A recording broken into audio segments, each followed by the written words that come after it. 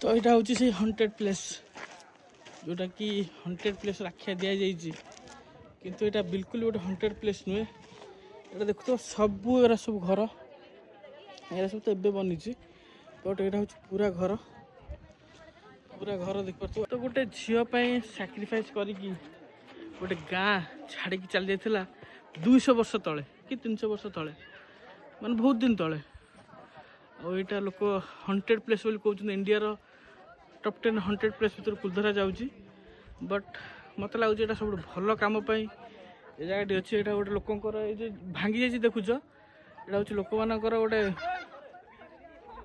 बड़पन गोटे झील सैक्रिफाइस केते गोटे मनुष्य कर निज झी हो कि निज गाँव झीपाई तो यहाँ हूँ तार प्रूफ।